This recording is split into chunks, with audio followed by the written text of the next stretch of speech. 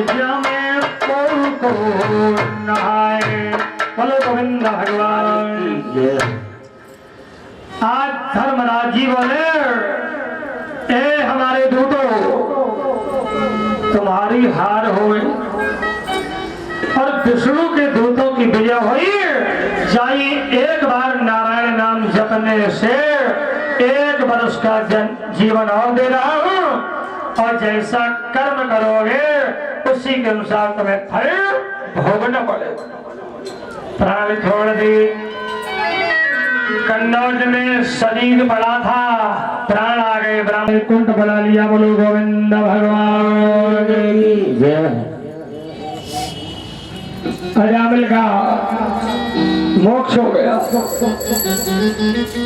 इतनी कथा परीक्षित जी ने जब श्रवण कर ली तो आगे प्रसंग बढ़ गया कि ए राजा, एक चित्रकेतु नाम के धर्मात्मा देखो राजा हो, बड़े धर्मात्मा है। रानी का नाम कीर्तिधुति है। बहुत दिन हो गया, संतान की राजा के यहाँ प्राप्ति नहीं हुई। दरबार में बैठे थे, तब तक चित्रकेतु की नगरी में नारद जी अंगना महात्मा को लेकर के पधारे। कैसे आए आप लोग सब बोलेंगे? श्रीमन नारायण नारायण नारायण हरिमन नारायण नारायण नारायण हरिमन नारायण नारायण नारायण राधे नारायण नारायण नारायण नारायण नारायण लक्ष्मी नारायण नारायण नारायण लक्ष्मी नारायण नारायण नारायण श्रीमन नारायण नारायण नारायण श्रीमन नारायण नारायण नारायण। भगवान ने प्रणाम किया, चौकी पर बिठाया। अंगरा जी ने पूछा, राजन उदास क्यों? आप प्रसन्नता का तुम्हारा कारण क्या है? बोले गुरु जी, हमारे घर में रानियां हैं 10 सहस्त्र, एक भी पुत्र का जन्म नहीं हुआ। बोले लाइए तुम्हारी हस्तरेखा का दर्शन कि तुम्हारे घर में पुत्र होगा, परंतु जिस समय तुम्हारा बेटा 5 वर्ष का हो जाएगा तो ये मर जाएगा। ध्यान देना, अंगरा रानी को खिलाना, बालक अवश्य होगा। फल लेकर महाराज विदा हो गए नारद जी के साथ। अब चित्रकेतु प्रसाद लेकर महलों में आए। बड़ी रानी का नाम था कीर्तिधुति। बोले प्रिय, ये ऋषियों का प्रसाद, इसको ग्रहण करो। गर्भवती हुई, समय पूर्ण हो गया, चित्रकेतु के घर में पुत्र का जन्म हो गया। जन्म होते ही राजा के दरबार में बड़े बड़े आचार्य आए, इनाम लुटने लगा। और तब तक राजा के दरबार में 4 भाट आए, जय जयकार करते, हे राजन तुम्हारी जय हो बे, हे राजन तुम्हारी जय हो बे।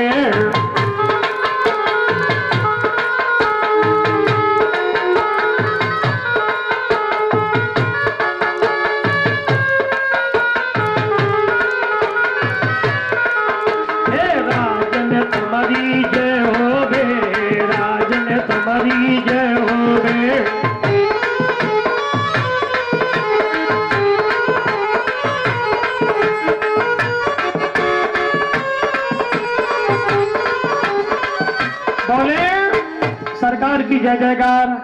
पुत्र का जन्म सुनकर हम लोग आए हैं। अब भाटों को भी इनाम देने लगे राजा। भाट बोले, महाराज हम गाते हैं बजाते हैं तब इनाम पाते, गाइए। क्या गाते हो? बोले 1 घंटे का समय दे दो, कप्ता बना लो। चारों भाट जंगल की ओर निकल गए, उत्तर की ओर। कागज पेंसिल हाथों में, ध्यान देना। तो जंगल में जाते जाते पहले भाट ने क्या देखा, एक जामुन का पेड़ खड़ा है। जामुन का सब लोग जानते हैं, खसल होता है, टूट जाता, जल्दी गिर जाता है। तो पहला भाट कागज पेंसिल लिए था, लेखनी से लिखने लगा। क्या लिख रहा है कि जामुन पार न पाए हो। दूसरा आगे बढ़ा, उसने क्या देखा कि महुए के पेड़ को खड़ा हुआ, उसमें निकल रही थी गोंद यानी रार। तो दूसरा लिख रहा है तासो बाढ़ी रार। ध्यान देना कब। अब तीसरा आगे बढ़ा, उसने एक जंगल में देखा कि गूलर का वृक्ष खड़ा हुआ है। तो आप लोग जानते हैं कि गूलर के फल अल्पकाल में झड़ जाते हैं। तो तीसरा लिख रहा है उमर सदा न थिर रहे। 3 चरण हो गए, चौथा रह गया। उसने जंगल में क्या देखा कि एक माता जी आ रही थी, पीपर के पत्तों को अपने हाथों में लिए हुए। बन गई कब, तब क्या रह गया, बोला पीपर। सुनाई, ध्यान देना। तो पहला खड़ा हो गया, बोला जामुन पार न पाए हो। दूसरा कहता है तासो बाढ़ी रार। और तीसरा कह रहा है उमर सदा न थिर रहे, पीपर लाई ना। महाराज जी इनाम चाहिए। हो गई कविता। राजा बोले मूर्ख कहीं के भाग जाइए, ऐसी कई कविता होती। कविता 8 लाइनों में है, इनाम नहीं मिलेगा। और कविता ऐसे गाई जाती, कविता की धुनी है दाता को मही पे माने धाता, और दिल्ली पे ऐसे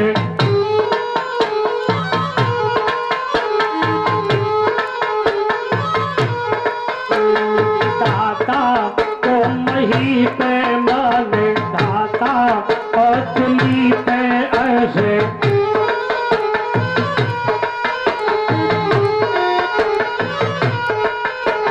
जिनके ऐसे आ जाऊं लौटी पे दीप छाए हैं।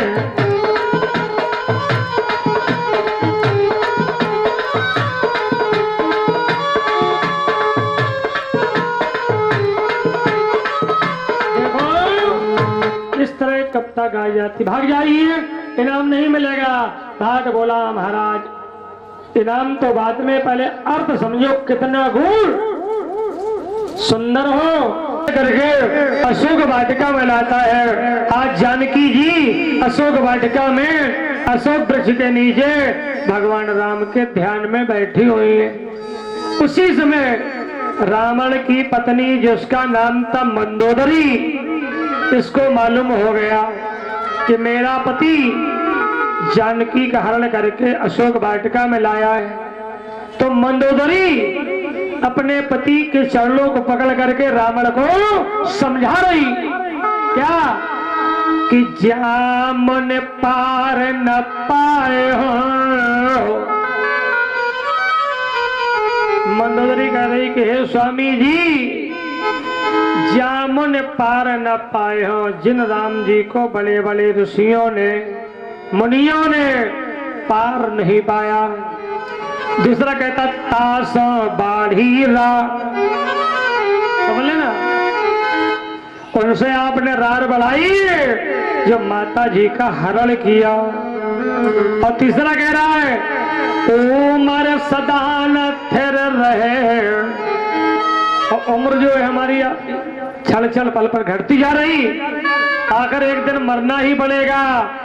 चौथा कहता पीपर लाई नार।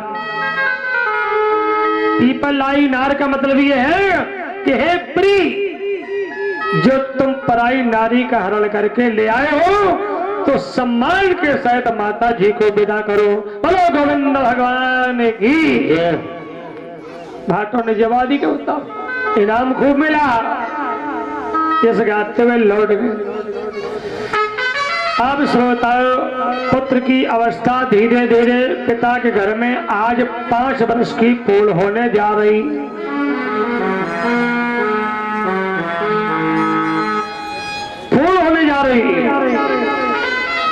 तो जो राजा चित्रकेत के घर में रानियां थी, उनमें एक दिन सवतिया डा होगा। मेरे कीर्तन में हरि का गुणगान है, मेरे कीर्तन में हरि का गुणगान है, मेरे कीर्तन में हरि का गुणगान है, मेरे कीर्तन में हरि का गुणगान है, मेरे कीर्तन में हरि का गुणगान है, हरि का गुणगान है, मैया जी का ध्यान है, हरि का गुणगान है, मैया जी का ध्यान है, हरि का गुणगान है, मैया जी का ध्यान है, हरि का गुणगान है, मैया जी का ध्यान है।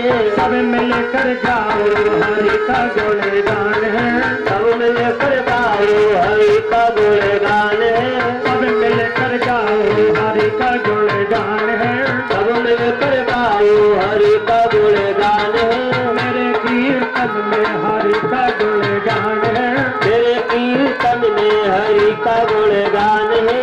बोलिए भक्तर भगवान की जय हो। उसी समय महाराज इनाम पाया, विदा हो गए भाग। रानिया घर में थी, आज सवतिया गा हुआ, बोले सखी हमारे तुम्हारे लाला नहीं हुआ, बड़ी ये जन्म दिया है, एक कटोरी में दूध लो और जहर मिला दो, पुत्र को पिला दीजिए, पुत्र मर जाएगा तो राजा का प्रेम रानियों पर बराबर हो जाएगा।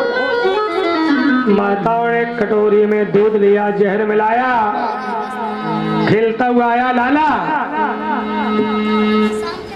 तेरी मैया कृतुद्वती तो कार में लगी है, लो हम तुम्हें जहर दूध पिलाओ, सोता हो। बालक को क्या पता दूध है या जहर, उठाई कटोरी, जहर मिला हुआ पान कर लिया, पान कर लिया, अंग में चल गया जहर बालक के। अब बालक की जब जहर चल गया, उसी समय बालक मैया कृतुद्वती की गोदी में गया। आज मैया कृतुद्वती पुत्र को गोदी में लेकर के आज चली गई महलों में, स्नान कक्ष में लेट गए। अर्धरात्रि हो गई, बालक के प्राण जा रहे हैं, तो एकदम माता चिल्लानी, चिल्लाई अर्ध रात्रि में मेरी गोदी का लाल गया, मेरी गोदी का लाल गया। देखो देखो देखो, लाल को किया हुआ जा रहा है। तो जिन महतों ने जहर पिलाया था वो दौड़कर पुत्र के सामने आ गए, राजा को सूचना दे दी जाए। और जब तक दरबार से महलों में गए, पुत्र ने माता की गोद में प्राण छोड़ दिए। बोलो गोविंद भगवान की। दरबार में हाहाकार मच गया, शमशान घाट की तैयारियां होने लगी पुत्र को ले जाने के लिए। तब तक अंगरा जी पुत्र को नारद जी के समेत चित्रकेतु की नगरी में पुनः आए। क्या देखा? बेटा बेटा कर दौड़ पड़ी, मैया गोदी में लेने को, पिता भी पागल के समान दौड़े गोदी में लेने को। तब तक अंगरा जी आ गए नारद जी के साथ। राजा क्यों चिंता कर रहे हो? देखो, गत शोको ना कर्तव्यो भविष्य में नयो चिंतित। अंगरा जी बोले, राजा गई हुई वस्तु पर कभी चिंता नहीं करना चाहिए। गौर करना आप लोग। चिता मुर्दे को जलाती है और चिंता जीते को जलाती है। एक बार चिता और चिंता की होड़ लग गई। चिता बोली हम तुमसे बड़ी और चिंता बोली हम तुमसे बड़ी। बोले कैसी बड़ी? चिता ने कहा कि मैं मुर्दे को जलाती हूँ और चिंता बोली तू मुर्दे को जलाती, हम जीते को जलाती। तो कल मैंने आपको बताया था कि चिंताएं होती हैं 7। इसी प्रकार सुख भी संसार में 7 प्रकार के बताए गए। तो कल 7 सुख बताए थे और आज 7 चिंताएं गिन लीजिए कौन कौन सी है। इन्हीं चिंताओं में विश्व का प्राणी रात दिन जल जल करके खोखला हो जाता है। गिनना मैं बोल रहा हूं।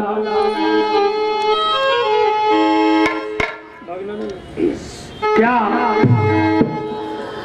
जिस पत्नी के तरुलाई पति का,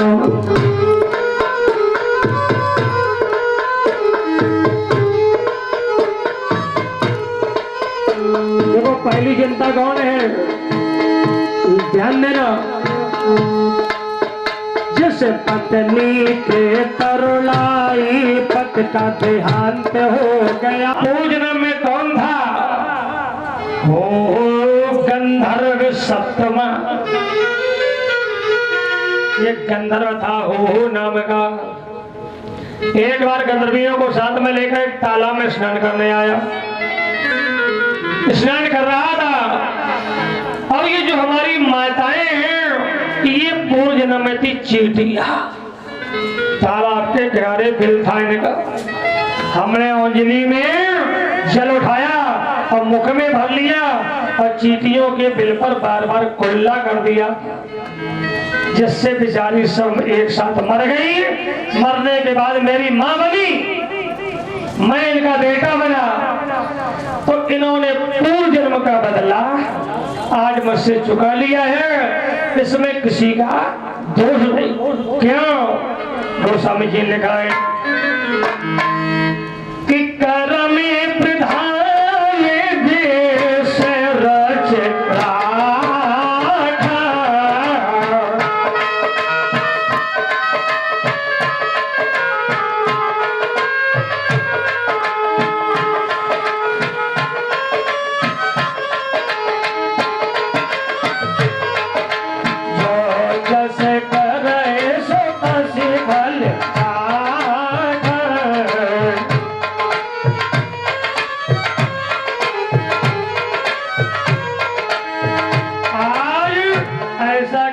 जीवात्मा पर ध्यान हो जाता है और चित्रकेत को ज्ञान प्राप्त हो गया। बोलो गोविंद भगवान।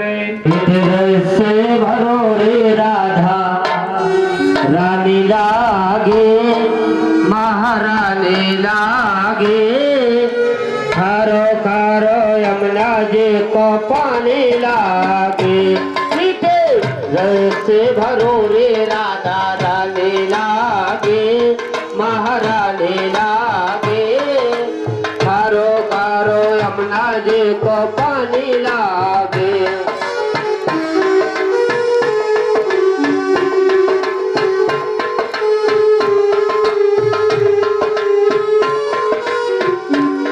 तेरे से भरोरी राधा रानी लागे महारानी लागे। खारो खारो यमुना जी को पानी लागे।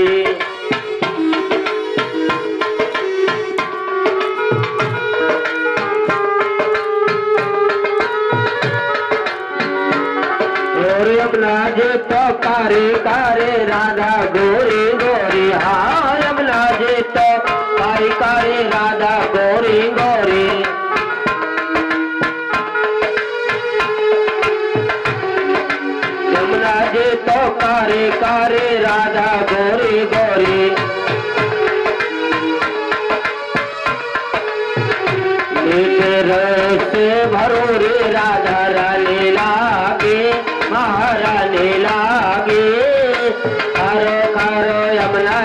को पानी लागे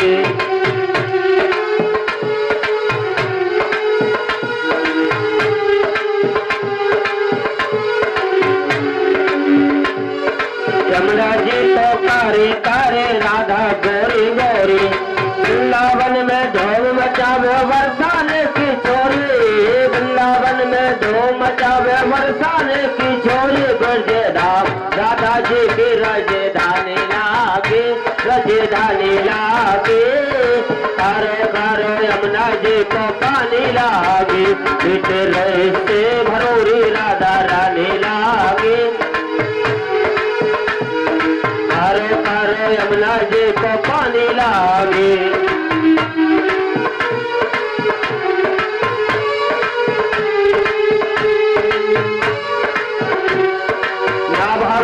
माखन मिश्री ना कोई मलाई ना भावे ये माखन मिश्री ना कोई मिठाई मुझे क्या को भावे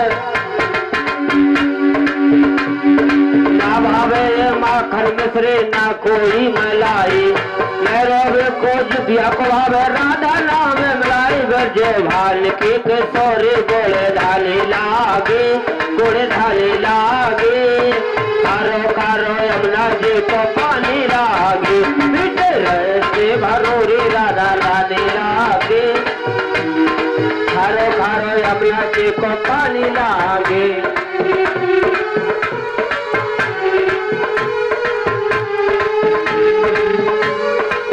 पीटे रहते भरोरी राधा रानी लागे रानी लागे कारो कारो यमुना जी को पानी लागे बोल वृंदावन बिहारी लाल की हेलो हाँ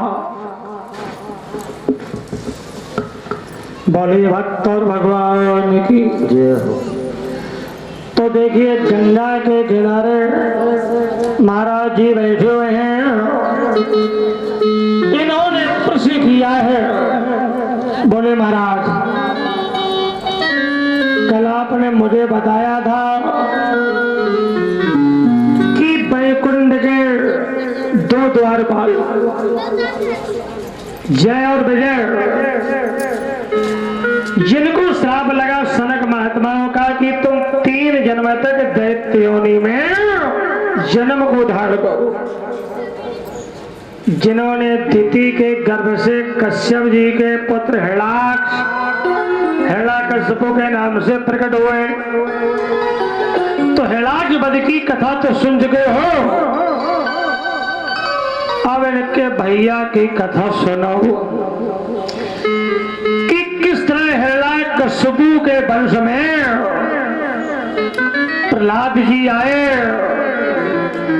और कैसे प्रहलाद के कारण भगवान को नरसिंह रूप धारण करना पड़ा और कैसे नरसिंह रूप धारण करके भगवान ने दैत्य का उद्धार किया। क्या बढ़िया प्रश्न राजा का। देखो जिस समय कश्यप जी का बड़ा बेटा मारा गया उस समय हिरण्यकशिपु बहुत छोटा था। इसकी माता का नाम है दिति। बोला ए मैया हमें आज्ञा दे दो मैं देखता हूं कि जिन विष्णु ने मेरे भाई को मारा है तो पहले तपस्या करो वरदान पाऊं फिर भाई का बदला चुका। ध्यान देना। तो इस 7वें स्कंद में भागवत के अंदर श्लोक आया। कहां जा रहा है? वन में तपस्या के लिए। साते पे मंदर द्रोल्याया और तपा परम में दारुणम बाहुर ने भो दृष्टि पादांग अंग स्त्रित ने भी साते पे मंदिर द्रोड़ ले आया। महेंद्राचल पहाड़ पर पहुंचा। 3 देवता हैं ब्रह्मा विष्णु और महेश। मेरे भाई के हत्यारे कौन? विष्णु है। तो तपस्या किसकी करूं? जगत पिता की। जगत पिता कौन? बाबा ब्रह्मा की तपस्या में हिरण्यकश्यप डट गया। कैसे? ऊर्ध्व बाहुर का मतलब यह है कि दाहिने पैर के अंगूठे के बल के द्वारा खड़ा हो गया। और कितने दिन तक तपस्या की? 100 वर्ष। बगीचा लग गया। इसकी तपस्या से इंद्र का सिंहासन डगमगाया। ब्रह्मा से कहा भक्त को वरदान दो और दर्शन देकर तपस्या से छुड़ाओ। ब्रह्मा जी गए हिरण्यकश्यप के सामने, कमंडल से जल निकाला, छोड़ दिया। बोले परम पुत्र हम प्रसन्न मांग लो। क्या जाइए? अब हिरण्यकश्यप वरदान मांगता ब्रह्मा जी से। सुनो जी। कर जोड़े कश्यप नंदन बोला,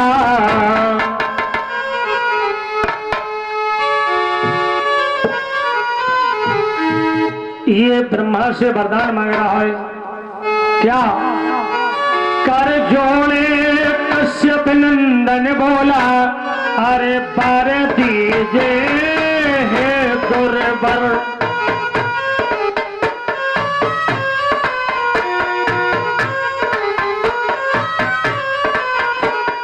पर दीजे हे गुरबर, मर सको न मौत के मारे मैं, कर दीजे अजर अमर मुझे।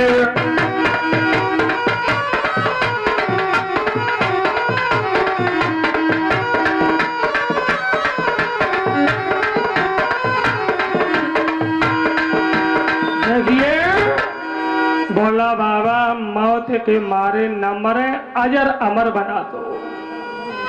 गौर करना, ब्रह्मा ने सोचा कि हम स्वयं अजर अमर नहीं तो इसको हम क्या बना पाएंगे? क्या तुम्हारे पास जब शक्ति होगी तब तो दूसरे को दे पाओगे, हमारे पास तो है नहीं। तो पहली बात ब्रह्मा ने सोचा कोई बात कर रहा है उसकी सुनना है और सोच समझ के वरदान देना है। बेटा और मांगो। फिर कहता है कर जोड़े कश्यप नंदन बोला, बर दीजे करतार मुझे। करतार कहते ब्रह्मा। नायत प्रीतम नामत प्रीतम, न नरई और न मृगई। न नरई का मतलब यह है ना तो हम किसी मनुष्य के द्वारा मारा जाऊं, और न मृगई ना किसी जंगली जानवर से मारा जाऊं। फिर कहता है मर सकूं न कोई महीनों में। क्वेश्चन कितना बढ़िया इसका है बाबा। मर सकूं न कोई महीनों में, और किसी नक्षत्र का नाश न हो। ऊपर नीचे भीतर बाहर, ध्यान देना, ऊपर नीचे भीतर बाहर, दिन और रात्रि साथ न हो। समझ लेना, ना तो हम ऊपर मरो, न नीचे मरो, न घर के भीतर मरो, और न घर के बाहर मरो, और न दिन में मरो और न रात्र में मरो। ब्रह्मा फंस गए चक्कर में। ऐसा वरदान नहीं देना चाहिए। तो 2 मिनट ब्रह्मा ने जगत पिता परमात्मा का ध्यान किया। भगवान ने कहा घबराओ नहीं, जो मांगता इसको दे दीजिएगा। तथास्तु कहकर ब्रह्मलोक लौट गए। अब हिरण्यकश्यप ब्रह्मा को प्रणाम करके हिरण्यकश्यप अपनी माता दिति के पास लौट आया। एक बात याद आ गई, हिरण्यकश्यप ने 100 वर्ष ब्रह्मा की तपस्या की, वरदान मांगा, पर मांगने नहीं जाना। देखो एक गांव में एक सूरदास रहते थे। सूरदास बेचारे आंखों से अंधे थे। एक कीर्तन गाते थे सूरदास जी। कौन? कि मिलन कहे तो मिले राम, और मिलन कहे तो मिले राम, और मिलन कहे तो मिले।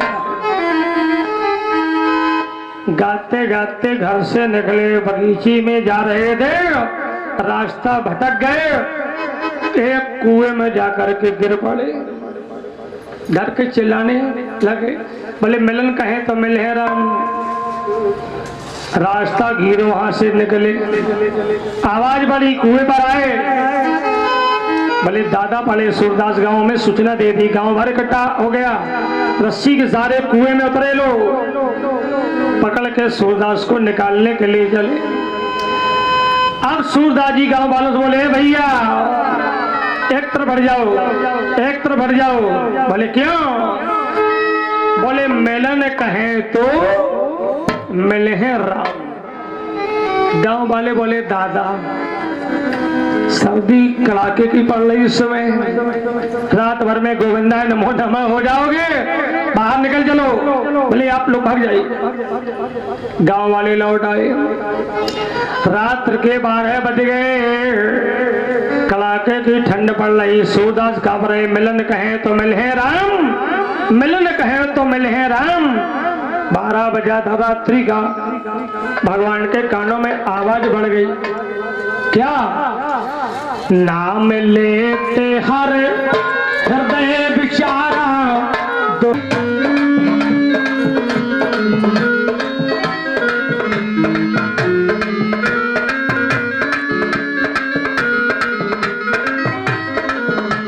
नाम लेते हर हृदय बिचारा, दुख के बस कहूँ मोह पुकारा।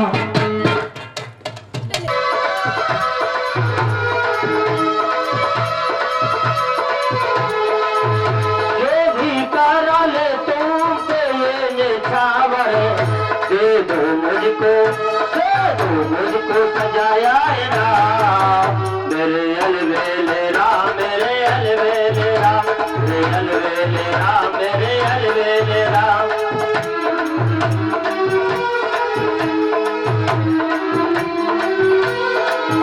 तेरी मर्जी का, तेरी मर्जी का, तेरी मर्जी का मैं हो बोला। मेरे अलवेलेरा, मेरे अलवेलेरा, अलवेलेरा, मेरे अलवेलेरा।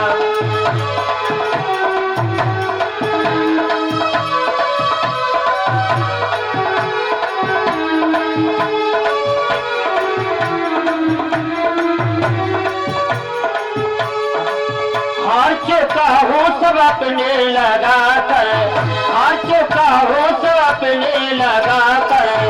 अब अपना संभालो इंतजार, अब अपना संभालो इंतजार। तेरे अलवेलेरा, मेरे अलवेलेरा, मेरे अलवेलेरा, मेरे अलवेलेरा। तेरी मर्जी का, तेरी मर्जी का, तेरी मर्जी का मैं हो बोला। मेरे अलवेलेरा, मेरे अलवेलेरा, मेरे अलवेलेरा, मेरे अलवेलेरा।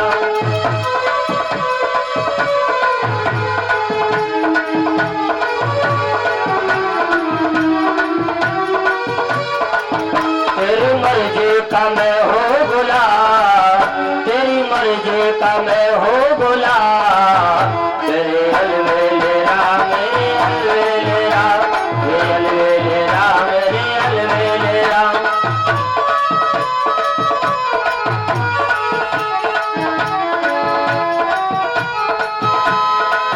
तेरी रजा पे ये राग कले, तेरी रजा पे ये राग कले है तेरी मेरी दौलत पे तेरा नाम मेरे अलवेलेरा मेरे अलवेलेरा मेरे अलवेलेरा मेरे अलवेलेरा तेरी मर्जी का मैं हो बोला मेरे अलवेलेरा मेरे अलवेलेरा मेरे अलवेलेरा मेरे अलवेलेरा तेरी मर्जी का मैं हो बोला मेरे अलवेलेरा मेरे अलवेलेरा मेरे अलवेलेरा मेरे अलवेलेरा। हेलो बोलिए बाल कृष्ण भगवान की।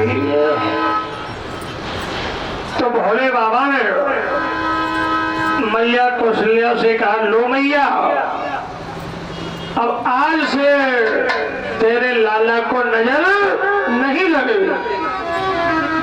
यंत्र मंत्र तंत्र मैंने सब कुछ कर दिया है।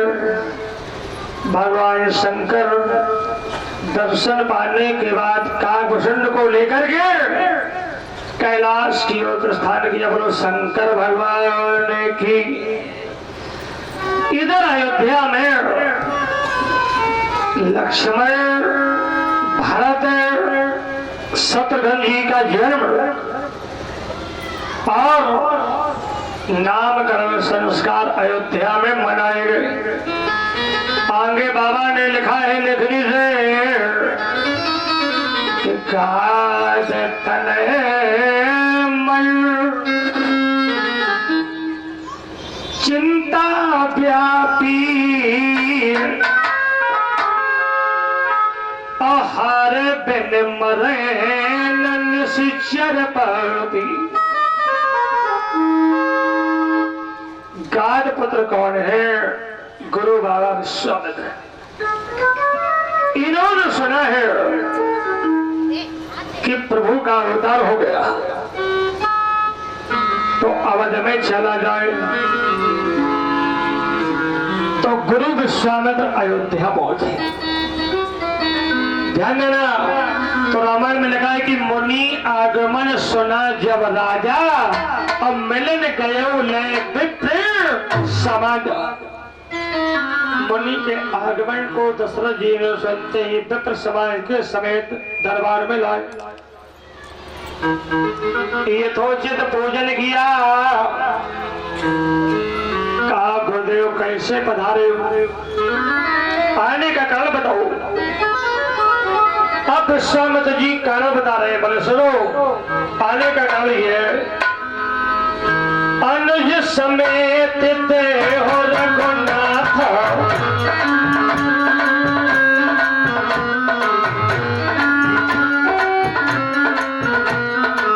सचर पद में हो सनाथ।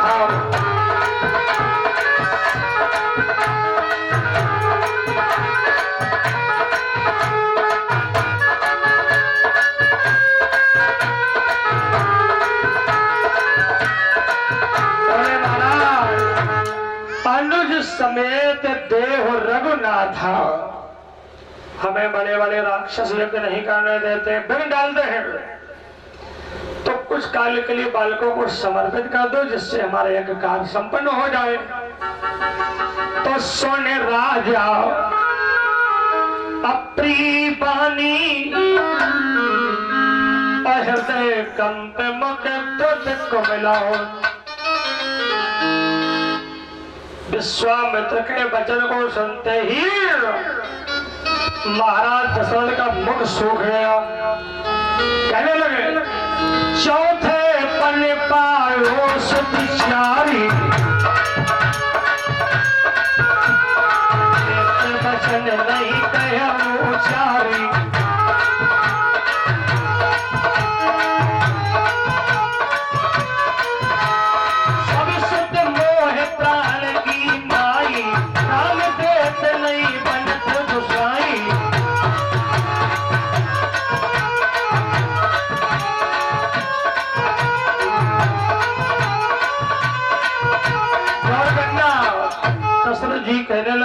चारों बेटा हमारे प्राणों के समान है, लेकिन दशरथ जी से राम जी नहीं देते बनते हैं। तो गुरु बाबा वशिष्ठ जी ने दशरथ जी को समझाया, बोले राजन कुछ काल के लिए बालकों को सौंप दीजिए, जिससे महाराज का अधिकार पूरा हो जाए। पुत्र तो आपके बने ही रहे। वशिष्ठ के कहने से दशरथ ने राम और लक्ष्मण को बुलाकर गुरु जी के चरणों में सौंप दिया। आज गुरु विश्वामित्र जी राम लक्ष्मण को लेकर के अयोध्या से चल दी। कहा जा रहे हैं? अमराई की तरफ। चले जाते मन दीन दिखाई, सुने ताल का क्रोध कर भाई।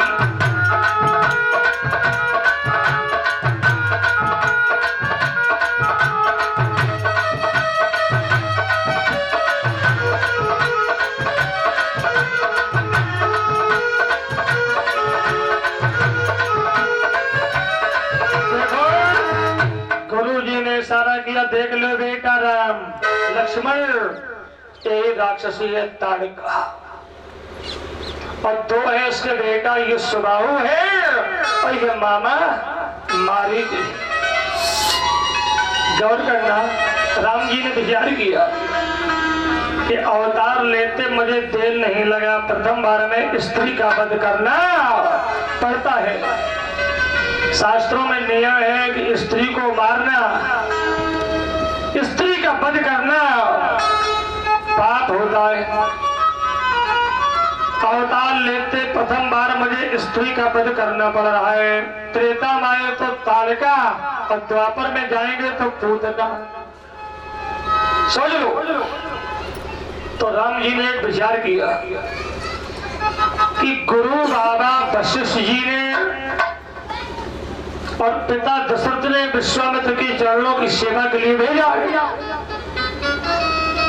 तो गुरुदेव हमारे मुझे आज्ञा दे रहे हैं, तो शिष्य का धर्म है कि गुरु की आज्ञा का पालन करना चाहिए।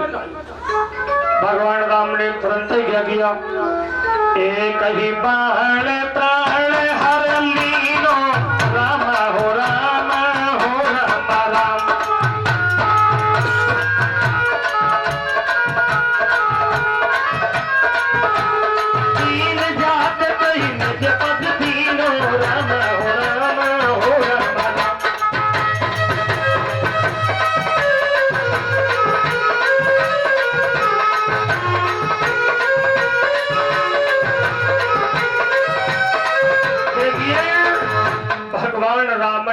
एक बाण में ताड़का का उद्धार किया, सुबाहु को मारा, और बगैर फल वाली बाण के द्वारा राम जी ने मामा मारीच को संजय पार पहुंचा दिया।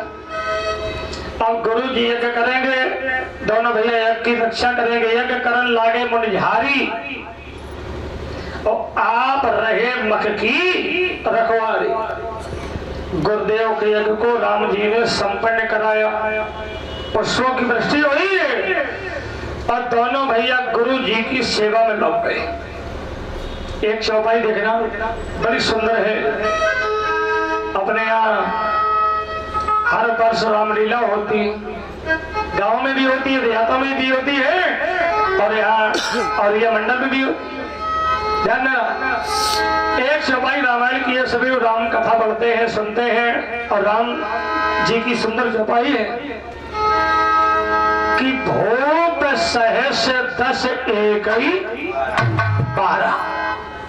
गौर करना है, लगे उठावन तरई ना तारा।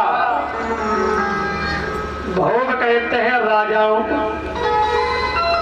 सहस सहस्त्रा गाँव अर्जुन कौन होगा 1200, और 10 हो गया दशानन। देखिए जनकपुरी के अंदर रावण भी आए, 1200 भी आया, और गुरु जी के साथ दोनों भैया भी गए, देशांतर के राजा महाराजा भी आए। तो इतने लोग बैठे हैं, जरा ध्यान देना कि जनकपुरी के अंदर कहीं किसी ने रावण और बाणासुर को धनुष उठाते देखा है? और देखा हो तो बता दी। साफ लगा रामायण में रावण चाप छुआ नहीं।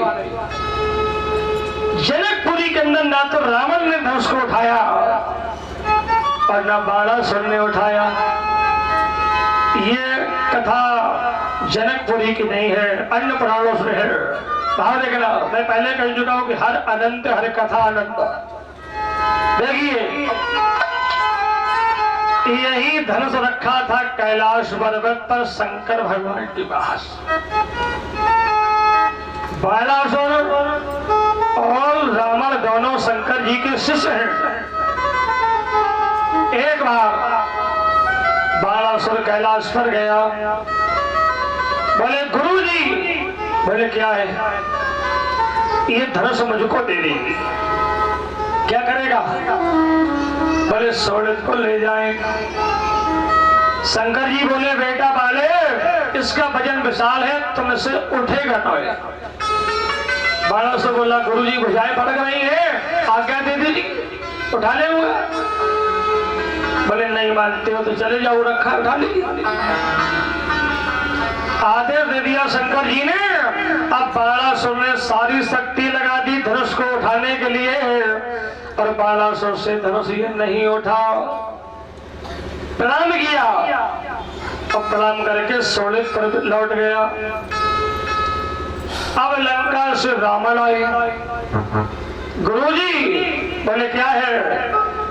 धनुष मुझको दे दीजिए। क्या करेगा? बोले लंका ले जाएं। गुरुजी बोले लाला तुमसे भी रावण धनुष नहीं उठेगा। बोले आज्ञा तो दो गुरुदेव, मैं उठा लूंगा। आज्ञा दे दी भोले बाबा ने रावण को। सारी शक्ति रावण ने लगा दी, पर रावण से भी धनुष ये नहीं उठा। अब रावण 4 वेद 6 शास्त्र 18 पुराण का ज्ञाता, और रावण जैसा पंडित विश्व में होने तो लोगे, समझ लो। इसने तुरंत ही बाबा के चरण पकड़ लिए और शंकर जी को मनाने लगा। बोला बम्बे से नाथ सारी बाधाएं हर हर हर।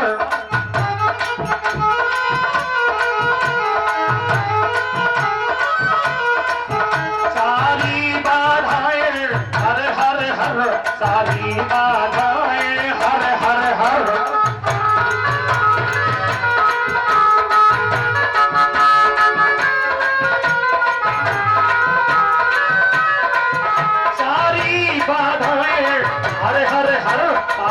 बाधाएं हर हर हर।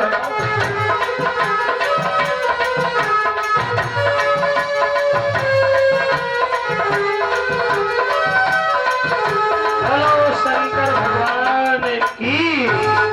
भोले बाबा प्रसन्न हो गए। रावण से बोले क्या चाह रहे हो? बोले गुरुजी धनुष दे दीजिए। गुरुजी बोले एक बार तो तुम उठा चुके हो, कैसे ले जाओगे? रावण बोला गुरु बाबा ऐसा करो, इसको उठा करके हमारे सिर पर रखो दोबारा। क्यों? एक व्यक्ति से अगर वजन नहीं उठता है और दूसरा सहारा लगा ले तो कम से कम फफूंद जुमरी तक तो निकल जाओगे। सोचिए। तो शंकर जी ने प्रसन्न होकर धनुष को उठाया और रावण को पकड़ा दिया। बोले देखो रावण, इसको रास्ते में कहीं रख मत देना। अगर तुमने कहीं रख दिया तो अब तुमसे कभी उठेगा। रावण बोला गुरु बाबा लंका के अलावा कहीं विश्राम ही नहीं करूंगा।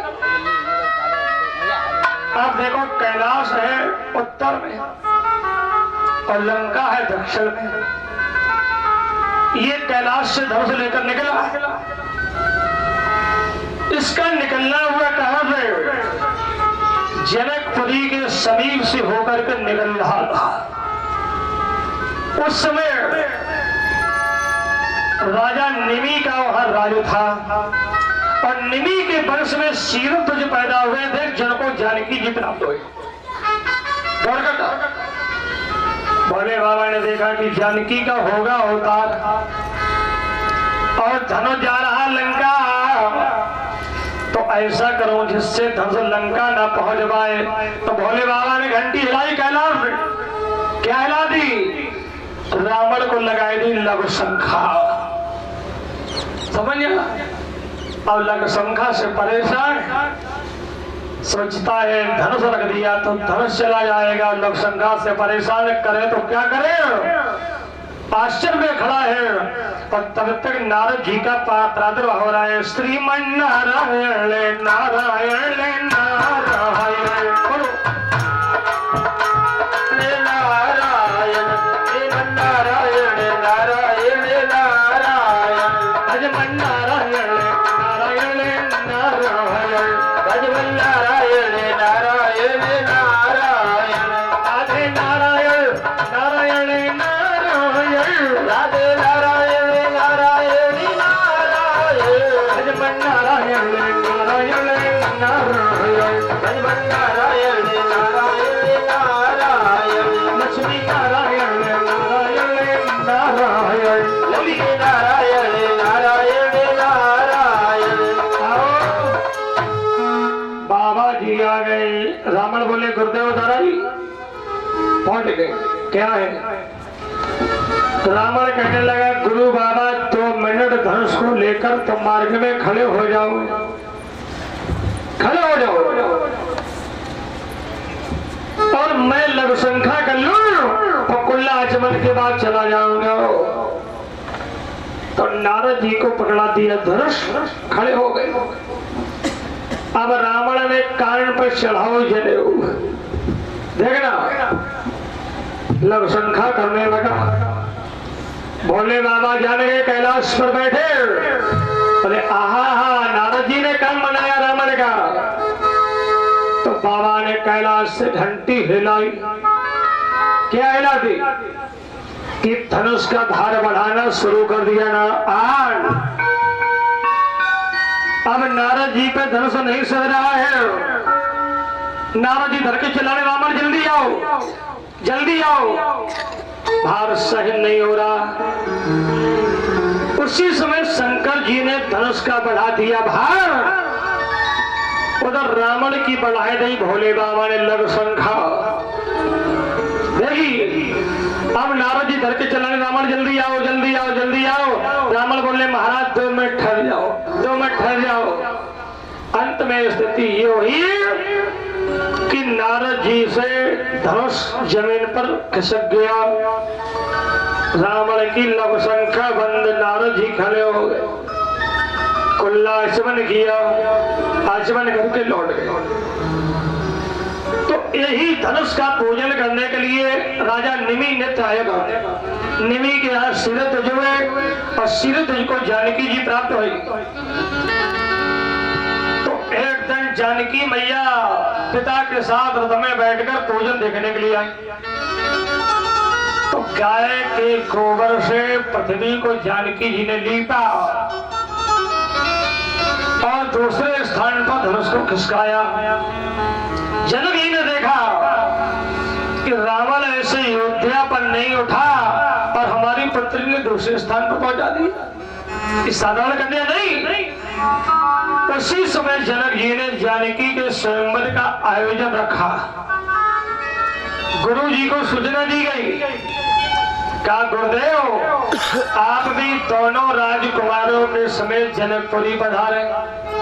आज गुरु विश्वामित्र राम लक्ष्मण को लेकर के मार्ग में अहिल्या का उद्धार करते हुए जनकपुरी आए। पुष्प वाटिका राम जी गुरु की सेवा के लिए पुष्प लेने के लिए जा रहे। जानकी जी भवानी के मंदिर में पूजन के लिए जा रही।